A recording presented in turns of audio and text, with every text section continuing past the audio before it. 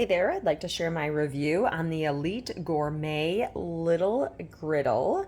And so just looking at the dial quick, you have on, off, and then you have 300 to 425, 200 to 250, and here's your little arrow.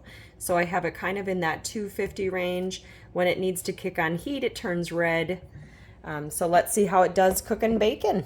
So when looking at the size of this griddle, here's 2 average pieces of bacon. Here's also a piece of toast. So as you can see, this would only hold about 2 pieces of toast. You could do a couple eggs if you wanted, so if you're just looking to do a quick small meal, this is perfect.